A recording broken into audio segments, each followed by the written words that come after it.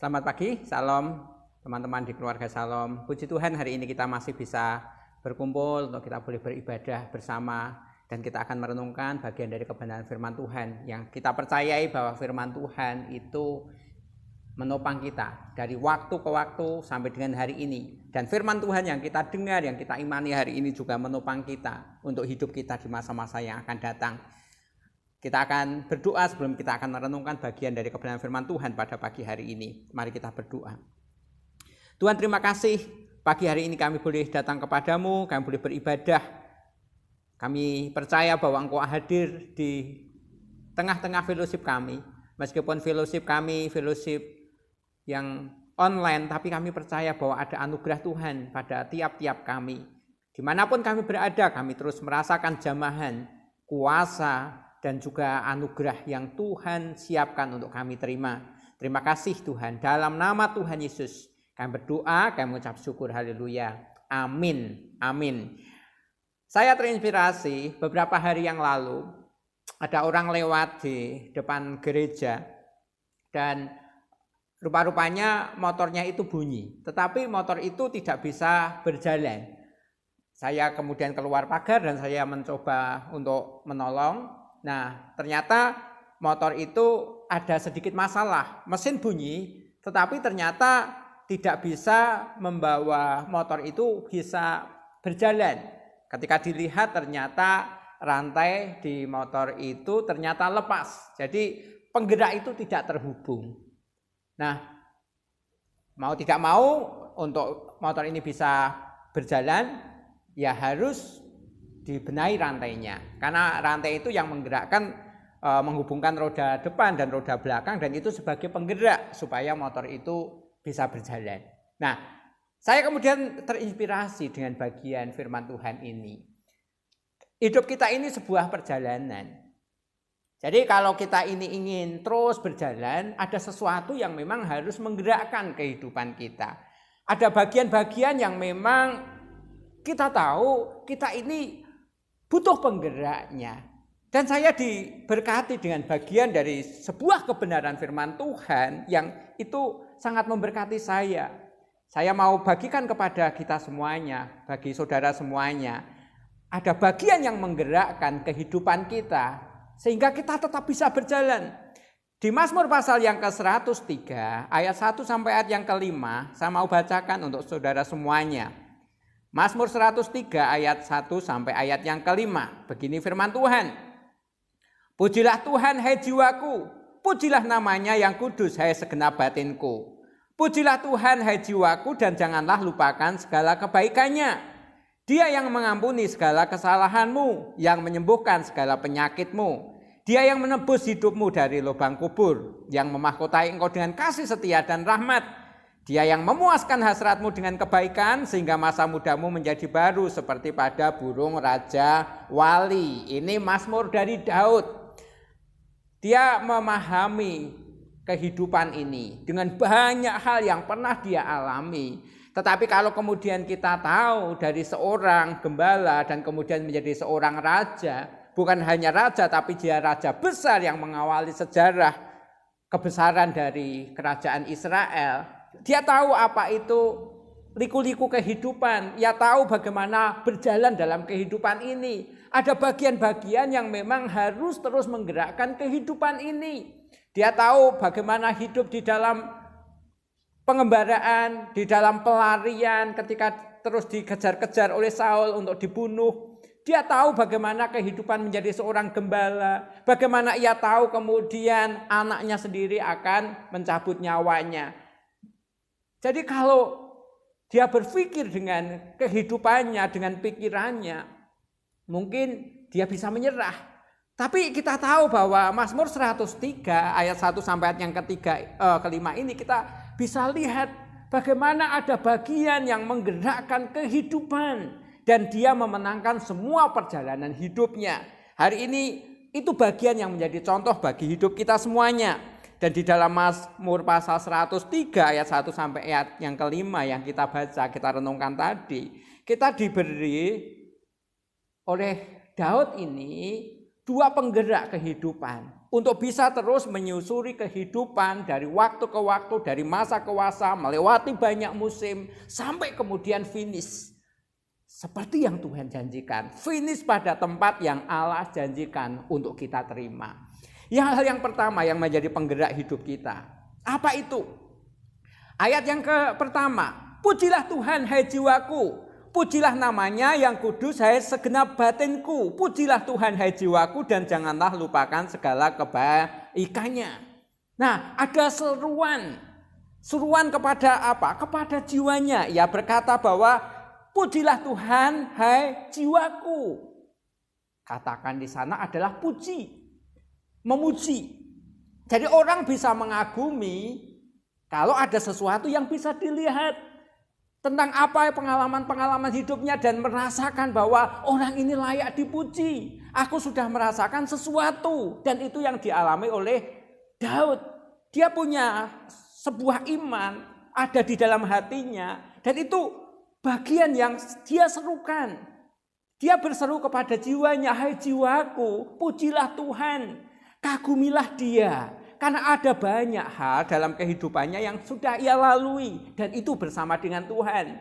Kemudian ia gerakkan hidupnya untuk apa? Memuji Tuhan. Jadi ini adalah seruan iman. Dia mengundang kepada jiwa yang di sana ada akal, ada kemauan hidup, tapi juga ada perasaan. Diundang untuk apa? Puji Tuhan. Dan dia berkata, pujilah Tuhan, hai segenap batin. Apa yang ada di dalam kehidupan, itu ia serukan. Ia berseru kepada jiwa, kepada batinnya. Untuk apa? Memuji Tuhan. Mengagumi akan apa yang Tuhan sudah lakukan. Jadi, rupa-rupanya ini sebuah undangan. Undangan kepada jiwanya.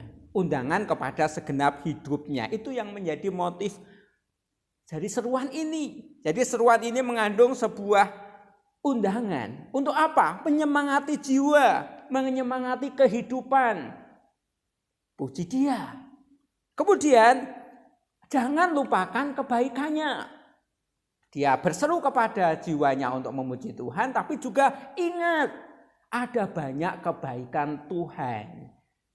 Ada banyak hal yang ajaib, yang baik, yang Allah buat. Apakah dia melupakan hal-hal yang tidak baik? Oh, banyak hal yang tidak baik. Ada banyak pengalaman-pengalaman yang menurut ukuran manusia, menurut pengalaman manusia tidak baik. Tetapi ia berseru, pujilah Tuhan, hai jiwaku. Jiwaku akan bersemangat untuk melihat keajaiban-keajaiban daripada Tuhan. Tetapi jiwaku juga akan terus melihat semua kebaikan daripada Tuhan. Kehidupan memang ada banyak hal yang kurang baik. Tidak dipungkiri, kita juga bisa menjalani kehidupan yang tidak ideal, yang kita rasa bukan seperti yang kita doakan, bukan seperti yang kita inginkan. Mungkin kita simpulkan itu tidak baik. Tetapi Mazmur dalam seruan imannya dia berkata, jangan lupakan kebaikannya. Berarti ada kebaikan-kebaikan Tuhan yang ia sudah rasakan. Itu menjadi catatan jiwanya untuk menyemangati. Di saat semua hal yang sepertinya tidak baik, ada hal yang baik yang perlu kamu ingat, yang tidak bisa kamu lupakan. Bapak, Ibu, dan Saudara, nah ini seruan imannya. Dibutuhkan penyemangat seperti ini. Dibutuhkan penggerak kehidupan yang seperti ini. Apa itu? Seruan iman. Seruan untuk, hai jiwaku, ayo puji Dia. Hai segenap batinku, mari kita muliakan Dia. Ada banyak hal yang kita bisa kagumi, yang bisa kita lihat di dalam pribadi Allah. Dan juga jangan lupakan segala kebaikannya. Mungkin kita juga menjalani hari-hari yang kurang baik. PPKM di 17 hari ke depan. Mungkin saudara juga merasa dampak-dampaknya. Dan saudara berkata, ini kurang baik bagi kehidupan saudara. Tetapi percayalah, ada hal yang baik yang nanti akan diterima secara nasional. Paling tidak dari Jawa dan Bali, dari apa yang menjadi kebijakan-kebijakan pemerintah. Kita nanti akan melihat hal yang baik. Dan Tuhan bekerja di dalam segala sesuatunya. Kita akan terus bisa melihat hal yang baik. Mungkin sekarang ini kita ibadah harus online. Mungkin saya juga berkata, kok seperti ini terus? Dan saudara mungkin juga berpikir, sampai kapan? Tetapi mari kita mencoba melihat hal yang baik.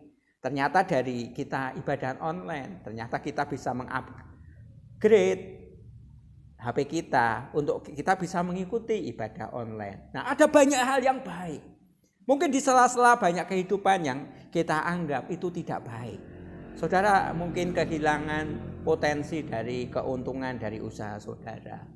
Ada beberapa saudara harus isoman dalam beberapa hari, dalam minggu-minggu ini. Nah, kita berkata bahwa ini kondisi yang kurang baik, tapi coba kita lihat, ternyata ada pemeliharaan Allah di sana, ternyata tetap ada kebaikan Allah di sana. Kita diluluskan dari semuanya, nantinya kita bisa cerita, ternyata kita dimenangkan dari semua perjalanan yang tidak mudah ini. Dan kita bisa terus melihat kebaikan Allah. Kalau mungkin saudara bercerita tentang banyak hal yang saudara alami di minggu-minggu ini, saudara ada bagian-bagian yang kita berpikir tidak seperti yang kita inginkan, tidak seperti yang kita doakan. Ada mungkin beberapa orang di sana kehilangan keluarga, ada yang kehilangan suami, ada yang kehilangan orang tua, bahkan ada yang kehilangan anak, ada yang kehilangan istri, ada. Apakah Tuhan itu tidak baik? Apakah Tuhan itu jahat? Tidak. Tuhan selamanya baik. Tuhan selamanya tidak jahat. Tuhan senantiasa akan berbuat kebaikan. Dari mana kita tahu? Nanti kita akan tahu dalam waktu-waktu di mana Tuhan mengajari kita. Percayalah, ada bagian yang selalu kita bisa lihat dari hal yang baik. Dari hal baik, dari apa yang Tuhan izinkan hal-hal yang terjadi dalam hidup kita.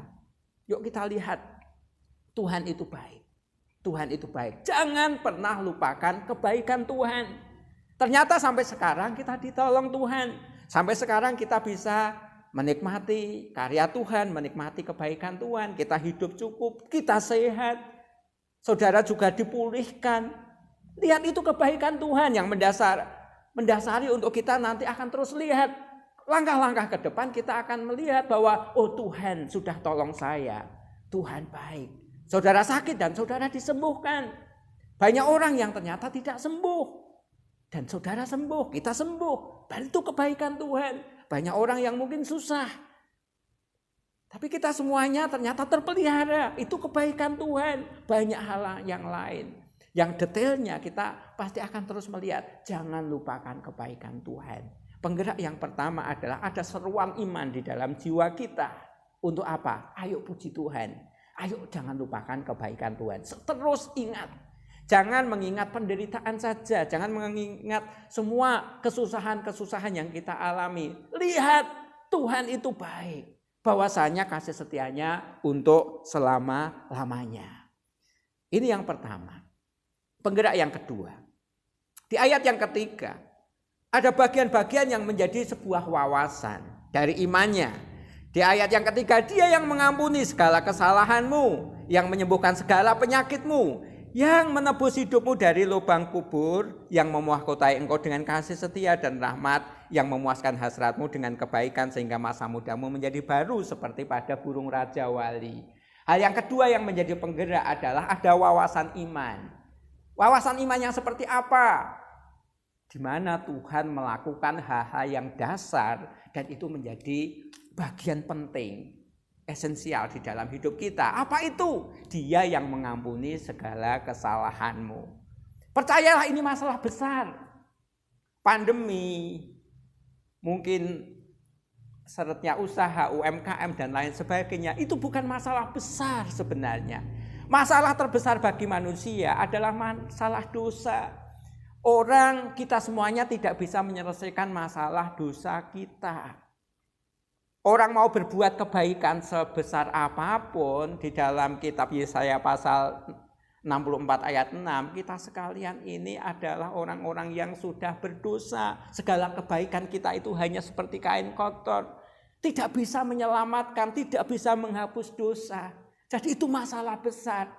Tapi puji Tuhan, dalam iman kita di dalam Tuhan, di dalam nama Yesus, semua sudah diselesaikan. Dengan cara apa? Tuhan turun ke dalam dunia ini, menjadi manusia, ia berbuat baik, ia melakukan kebaikan dan sempurna di dalam hidupnya, dan kemudian ia menjadi korban yang sempurna di hadapan Tuhan, menjadi domba Paskah, di mana dia kemudian mati bagi kita, tersalib bagi kita, darahnya menebus kita, menyucikan kita dari segala kejahatan kita. Kita sudah tidak punya masalah dengan dosa, karena ia yang mengampuni segala dosa kita, yang sudah menghapus segala kejahatan kita. Dengan apa? Kuasa darah Yesus. Ini wawasan iman.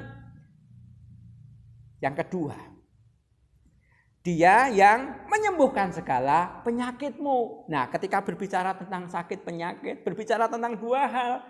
Sakit yang rohani dan sakit yang jasmani. Apa itu yang rohani? Terputusnya kehidupan kita dengan Allah, dengan kemuliaan Allah. Kita tidak lagi terhubung dengan rencana-rencana Allah, karena kemuliaan Allah sudah tidak ada pada kita. Tetapi rupa-rupanya Tuhan juga sudah menyembuhkan segala penyakit kita. Sakit rohani di mana kita ini sebenarnya orang-orang yang menderita, tidak paham dengan Allah. Ternyata oleh kuasa Tuhan kita disembuhkan, kita dipulihkan, hubungan kita dengan Tuhan pulih dan kita sembuh. Itu yang mesti kita yakini. Kemudian ada kesembuhan-kesembuhan jasmani juga yang mengikuti. Kita punya dua penyakit ini, bermasalah dengan kesehatan rohani, tapi juga bermasalah dengan kesehatan jasmani. Allah sudah selesaikan itu. Kemudian yang ketiga, dia yang menebus hidupmu dari lubang kubur. Tuhan kemudian membawa kita untuk kita mengingat lagi bahwa sebenarnya kita ini ada di sebuah kekuasaan yang lain. Kita ini ada di dalam kekuasaan dosa, kekuasaan maut. Alkitab katakan di sana itu kekuasaan alam maut. Tapi Alkitab katakan, firman Tuhan katakan, dia yang tebus. Nah, arti tebus itu artinya bayar dari sebuah kekuasaan, dari suatu kekuasaan, dan Allah sudah lakukan itu. Pengorbanan Yesus sudah menebus kita, membayar kita. Jadi kita yang dulu dimiliki, dikuasai oleh suatu kuasa, kuasa itu adalah kuasa alam maut, ternyata oleh Tuhan yang menebus kita lewat kuasa darahnya, lewat pengorbanannya, itu sudah menebus kita dari mana? Dari lubang kubur, dari ancaman kematian, dari kekuasaan kematian yang selama ini berkuasa atas hidup kita semuanya. Tuhan sudah tebus kita. Yang artinya ada harga yang dibayar dan Allah membayar harganya. 1 Petrus pasal yang pertama. Ayat yang ke-18 bahwa kita ditebus dari cara hidup kita yang sia-sia, bukan dengan barang yang fana, tetapi dengan darah yang mahal, yaitu darah Kristus, yang setara dengan darah domba yang tidak bernoda dan tidak bercacat. Itu sudah Tuhan lakukan atas hidup kita semuanya. Tuhan sudah tebus kita. Yang kemudian apalagi? Dia yang memuaskan hasratmu dengan kebaikan sehingga masa mudamu menjadi baru seperti pada burung raja wali. Kita dipuaskan hasrat kita. Nah, di terjemahan yang lain mengatakan bahwa hari-harimu akan dipenuhi dengan kebaikan. Tetapi akan di sana juga mengandung kata yang lampau juga. Sudah, sedang, tapi terus akan dibuat oleh Tuhan. Tuhan akan hiasi hari-hari kita dengan seluruh kebaikan. Hasrat ternyata berbicara tentang hari-hari. Keinginan dalam hari-hari kita yang dikuasai oleh Allah, yang kemudian kita ini dipuaskan. Nah, apa itu dipuaskan? Sama seperti kita orang yang sangat haus, tiba-tiba kemudian kita mendapatkan air dan kita minum. Nah, kira-kira seperti itu. Kita yang kehausan akan cinta Allah, kita yang kehausan akan kasih Allah, kita yang kehausan akan pertolongan Allah. Tiba-tiba hari kita dilingkupi dengan kebaikan Allah yang kemudian kita berkata bahwa cukup Tuhan, semuanya sudah cukup. Allah sudah lakukan dan semuanya itu cukup, penuh, puas. Tidak ada hal yang kurang di dalam hidup kita. Dan itu yang Allah lakukan di dalam hidup kita. Itu wawasan iman. Dan wawasan ini akan menjadi penggerak kita untuk kita ini terus maju melangkah. Jadi rupa-rupanya Daud mengajari kita kita terus bergerak. Dalam kehidupan yang mungkin kita berkata bukan kehidupan yang serba mudah. Tetapi ada penggerak di dalam kehidupan kita. Untuk kita terus berjalan maju. Apa penggeraknya? Yang pertama adalah seruan iman. Berseru kepada jiwanya. Menyemangati jiwanya sendiri. Ayo puji Tuhan. Ayo muliakan Tuhan. Dan kemudian ia berkata, ayo lihat kebaikan Tuhan. Jangan hanya melihat yang kurang baik dalam kehidupan ini. Tapi lihat kebaikan-kebaikan Tuhan. Yang kedua, dia memberi kita tentang wawasan iman. Apa itu wawasan iman? Masalah hidup kita yang paling hakiki sudah Tuhan selesaikan. Apa itu dosa? Dia yang mengampuni dosa. Yang kedua, wawasan imannya, dia yang menyembuhkan sakit. Sakit rohanimu, sakit jasmanimu. Percayalah Allah tanggung. Tentang yang rohani, semua jalan kepada Allah sudah Tuhan buka untuk hidup kita. Dan yang jasmani, percayalah Allah sudah menanggung segala kelemahan kita dan memikul segala penyakit kita. Oleh bilur-bilurnya, jadilah sembuh. Dan itu yang mesti kita percayai. Saudara yang sakit, percayalah ada kesembuhan Tuhan, ada kekuatan Tuhan, ada kuasa Tuhan yang mengalir dalam hidup kita. Wawasan rohani yang ketiga adalah bahwa dia tebus kita dari bayang-bayang maut, dari kekelaman. Tuhan tebus kita, bayar lunas. Kita tidak lagi dikuasai oleh kekelaman, kita tidak dikuasai oleh bayang-bayang kematian. Kematian apa? Kematian fisik. Kematian rohani, tapi juga kematian-kematian dalam bentuk yang lain. Kematian-kematian nama hidup kita, kematian usaha kita, kematian banyak hal. Allah akan hidupkan kita kembali dan Allah sudah hidupkan kita kembali. Karena dia sudah tebus kita dari kematian itu, dari lubang kubur itu. Dan Tuhan akan hiasi hari-hari kita dengan kebaikan. Dan masa muda kita seperti baru, sama seperti burung Raja Wali. Dan itu yang dijanjikan oleh Tuhan. Saya mengajak kiranya kita terus hidup. Kita terus beriman. Jangan patah semangat. Teruslah berjalan maju. Iman menjadi penggerak hidup kita. Ada seruan iman yang menggerakkan hidup kita untuk kita terus maju. Lihat apa yang baik yang sudah Tuhan perbuat atas hidup kita. Dan kemudian lengkapi kita dengan wawasan iman. Yang seperti Daud ajarkan buat hidup kita. Mungkin ada banyak hal lain yang kita ketahui dan itu menjadi wawasan iman kita. Tapi itu kiranya menjadi penggerak hidup kita untuk kita terus berjalan maju. Yang terbaik masih yang akan datang. Nantikan itu. Pengharapan kita ini seperti sauh yang kuat. Dan kita akan sampai kepada tiap-tiap rencana Tuhan yang Tuhan hendak jadikan dalam hidup kita semuanya. Percayalah, Allah kita menjadi pembela kita. Di masa-masa yang tidak mudah bagi kebanyakan orang. Tetapi mari kita terus berjalan maju. Mari kita terus berjalan maju. Ada banyak hal yang ajaib yang menanti kita. Ketika kita terus bergerak maju. Ketika tidak pernah menyerah. Kita tidak pernah berhenti. Tuhan memberkati kita semuanya. Kiranya kita boleh diberkati pada pagi hari ini. Mari kita berdoa. Tuhan terima kasih. Firman-Mu sudah kami dengar. Tapi kiranya firman-Mu akan terus bergema di dalam hidup kami. Kami menjadi orang-orang yang terus maju Tuhan. Kami akan terus termotivasi. Kami akan terus bergerak. Dan kiranya penggerak dalam hidup kami ini terus membekali kami. Kami ada seruan iman yang terus bergema, yang terus berteriak di hidup kami. Untuk kami puji Engkau, untuk kami melihat kebaikan Tuhan. Ada wawasan iman yang melengkapi kami, untuk kami tahu ada bagian-bagian yang sudah Tuhan lakukan dalam hidup kami. Terima kasih Bapa. Kami bersyukur nama-Mu dipermuliakan. Dalam nama Tuhan Yesus kami berdoa. Haleluya. Amin. Amin. Tuhan memberkati.